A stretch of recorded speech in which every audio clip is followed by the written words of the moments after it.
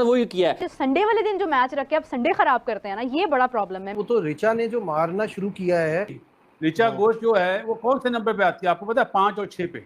वो लग ही नहीं रही विमेन यार, वो ऐसे लग रहा है कोई लड़के मैच खेल रहे हैं। बिलीव मी, उनकी शॉट पावर देखे ना, पावर देखे शॉटों में। आज इंडिया की लड़कियों को हराएंगे भी और बिना हाथ मिलाए जाएंगे। अच्छा वैसे तुम ये बताओ बॉलिंग हमारी अच्छी हुई है नहीं? 170 का टारगेट बहुत ज्यादा अच्छा दे रही है। वुमेन्स की जो टीम है पाकिस्तान की, उसका बिल्कुल कोई मुकाबला ही नहीं है इंडियन टीम के साथ। हम स्ट्रगल करते हैं, मेंस क्रिकेट स्ट्रगल करती है इंडिया के अगेंस्ट, जिनके बारे में हम कहते हैं कि बड़ा ही जबरदस्त हमारी टीम है। हम स्ट्रगल करते हैं, हम हमेशा हारते हैं, ठीक है। तो फिर आप पाकिस्तान की जो वुमेन्स की टीम है उसका आप अंदाजा लगा सकते हैं। जब भी इंडिया से खेलते हैं ये ऐसे करते हैं। इंडिया ने अच्छी बैटिंग करी है, specially from Smriti Mandani. She batted beautifully. उसने जो स्ट्रोक्स खेले एक्स्ट्रा कवर के ऊपर से, लॉन्ग ऑफ से और लॉन्ग ऑन पे, बड़े जबरदस्त उन्होंने बैटिंग करी है और एक शानदार 68 रन की बारी खेली उन्होंने। और आज इंडिया ने पूरा डोमिनेट किया पाकिस्तान पे। हम मेंस में कहते हैं कि राइवरी खत्म हो गई और अभी तो वुमेन्स में भी लग रहा है कि राइवरी बिल्कुल भी नहीं है। आगे की जनरेशन है ना वो सारे बदल लेगी, आपने बिल्कुल परेशान नहीं होना। आप देखिएगा अगली जो जनरेशन है ना तब तक हम रह ना रहे। देखिए हम लोग जेनजीज बना रहे हैं, इसीलिए बना रहे हैं कि वो सारे बदले लेंगे, वो मीम से बदले लेंगे। आपके ऊपर अटैक होता है, आपके ऊपर काउंटर अटैक का कोई जवाब ही नहीं है। ये जो वहां पे बैठे हुए हैं इम्पैक्ट प्लेयर, आज दें किसी को इम्पैक्ट प्लेयर। यूसुफ भाई ये सब इस तरह पानी की बोतल दो, रियली वर्कड अप भाई। लेकिन बात ठीक है ना, वो एक वो दर्दमंद पाकिस्तानी की आवाज है। ये मुझे मैं एकदम घबरा गया था, प्रॉमिस। पता क्या लगा मुझे? ये लगा कि ये क्रिकेट का नहीं सियासत का मुझे ये लगा कि इनको हम पे भी गुस्सा है, खाने पे इनको भी नहीं बुलाया। हाँ वो मेन वजह है यार, रोटी नहीं खा रहे हो इतनी एग्रेसिव। हाँ अच्छा ये एग्रेशन, अच्छा बात सही कर रहे हैं, बात सही, वो ये एग्रेशन चाह रहे हैं। सिंपल और प्लेन जो है अल्फाज में वो ये है कि they have outplayed us in all departments.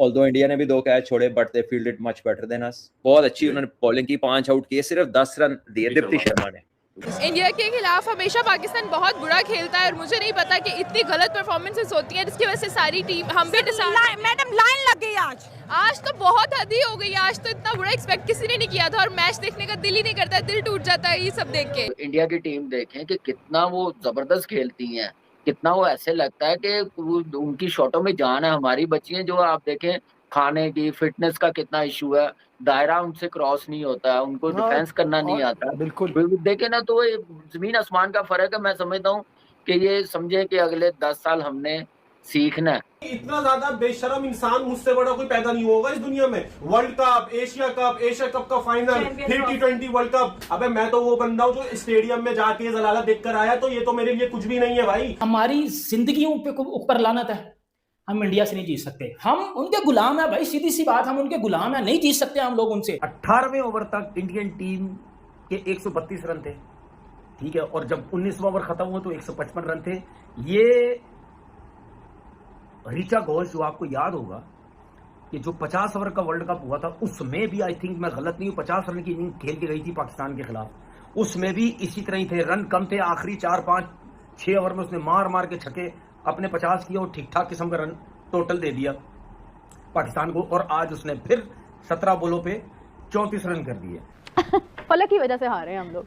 मेरी वजह से क्यों हारे? बस तुम्हें डांटना चाहिए क्या था। मैं वहाँ पर कोच थी? आप मुझे ये बताएं। पाकिस्तान वुमेन टीम को डांटना चाहिए था। ये लास्ट टाइम ही था, आइंदा तो नहीं आना हमने। ओए होए आइंदा इंडिया के सामने नहीं आना। इंडिया को सपोर्ट करेंगे, पाकिस्तान को नहीं आइंदा सपोर्ट करते। दिल तो गया, दिल ही डिसाइड हो। मंदाना जब रन्स करती है ना, आहा क्या बात है, ऊंचे लिफ्टेड शॉट भी मारती है, प्लेसमेंट भी करती है, स्वीप भी मारती है, स्कूप शॉट भी मारती है। मुझे और कोई बैटर पसंद नहीं आती है। वो बहुत अच्छा क्लास है, बहुत टॉप क्लास प्लेयर है। इंडिया की जो वुमेन की टीम है वो भी इतनी जबरदस्त है यार वो तो मैंने बताया था ना, उनकी वुमेन टीम बहुत स्ट्रांग है, वो बहुत जुबान लड़खड़ा रही है लड़की की, इतनी अच्छी टीम है। मेंस टीम भी उनकी वैसे देखो यार वो तो मतलब चलो समझ आता है ना, लेकिन उन्होंने अपनी लड़कियों को भी इस तरह से ट्रेंड किया हुआ है कि वो ऑस्ट्रेलिया जैसी टीम को भी टक्कर देती हैं। ऐसा ही है, तो फिर पीछे कुछ भी नहीं रह जाता है। अच्छा आपको फिर ऐसे क्यों लगता है लाइक हम कहाँ पे लैग कर रहे हैं? यही मैं पूछने लगी थी कि क्या लगता है साइकोलॉजिकली हम लोग क्या डील नहीं कर पाते हैं इंडिया को? मुझे ऐसा लगता है कि शायद हम प्रेशर उनका नहीं हैंडल कर पाते हैं। शायद मुझे ऐसा प्रेशर भी नहीं हैंडल कर पाते हैं। सिंपल सा हल निकालो, मैं अगर चेयरमैन बनूंगा इंडिया से मैच खेलना बंद कर दूंगा किसी भी फॉर्मेट में, ऐसी की तैसी, ना आएंगे सामने ना इज्जत जाएगी। मैं अपना वही CB टीमों को हरा के खुश रहूंगा। हो ही नहीं सकता। यानी कि आप डर गए। हाँ भाई डर गए यार, ऐसी की तैसी डर गए भाई हम। हमें नहीं खेलना, हमें नहीं खेलना भाई। शुरू के 9 ओवर में हमने प्रेशर डाला इंडिया पे, बड़ी जबरदस्त पोजीशन थी। फिर 4 ओवर में स्मृति मंदाना ने काउंटर अटैक किया। फिर हमने 4 ओवर में प्रेशर डाला, जब 25 रन देके 3 विकेटें ले ली। फिर आखिर में ऋचा घोष ने हमारे पर एमएसडी कर दिया, स्मृति मंदाना ने हमारे पर विराट कोहली कर दिया। 170 का जब टोटल पहुंचा था ना, हमारे जो कोच है महाब्रयास, उनको भी ये पता था कि 160 के बियॉन्ड ना हमसे हो नहीं पाता। खैर मैं तो 160 भी वो ज्यादा कह रहे थे, मैं तो कहता हूँ 140 के ऊपर नहीं हो पाता पाकिस्तान से। और अच्छी पोजीशन थी पाकिस्तान की, 140 कर सकता था। लेकिन पाकिस्तान ने फिर बैटिंग के अंदर दिखाया कि भाई हम में और इंडिया में ना जमीन और आसमान का फर्क है। ये सिर्फ आईसीसी ना अब इंडिया पाकिस्तान के नाम को बेचता है। ना कराओ भाई मैच आपस में, क्योंकि अब कोई मुकाबला नहीं बचा। हम मेंस की भाई मेंस का भी मुकाबला नहीं है इंडियन टीम के साथ।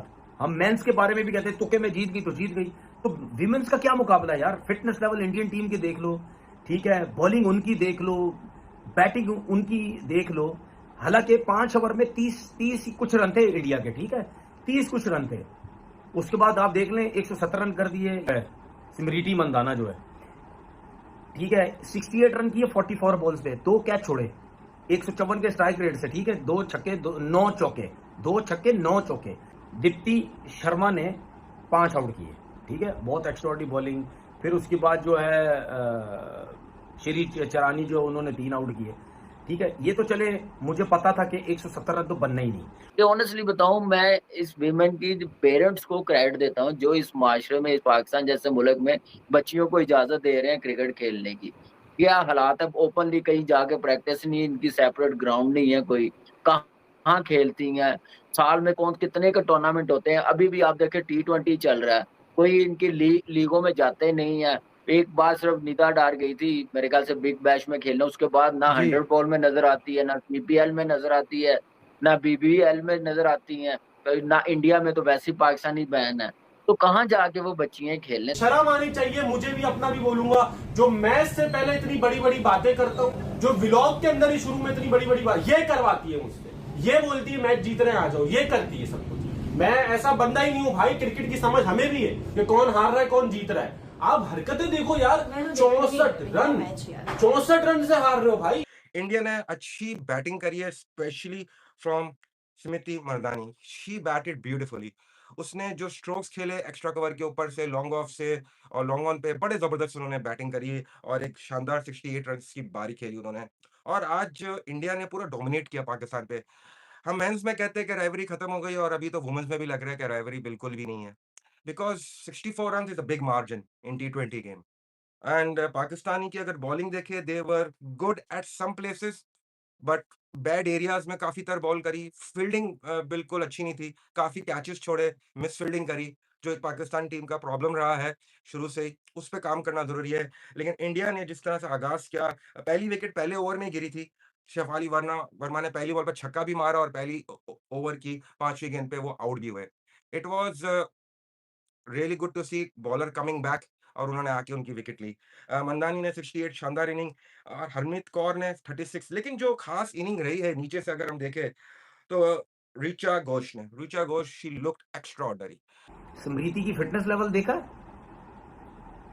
उसका बैटिंग करने का तरीकेकार देखा, ठीक है, फिटनेस में भी हम सबसे पीछे, फील्डिंग में भी हम सबसे पीछे। 2 चीजें कॉमन नजर आई हैं मुझे पाकिस्तान वुमेन में और पाकिस्तान में। एक ही चीज है, there is no comparison, there was no comparison. ये आपने मैंने सौदा बेचने के लिए ना हाइप बना दी, जनाब बड़ा मैच पाकिस्तान इंडिया। कौन सा बड़ा मैच यार? 18,000 की कैपेसिटी का ग्राउंड है, 18,000 का कैपेसिटी ग्राउंड पूरा भरा खड़ा है। अब कौन सा मैच आप मुझे कहेंगे? यार वो तो 2 देश की वजह से भरा हुआ है ना, कम्युनिटी दोनों की रहती है इस वास्ते। मगर बात ये है कि वहां पे हमें ब्लू ही नजर आया, पाकिस्तानी फैंस बहुत कम नजर आए, यकीन माने।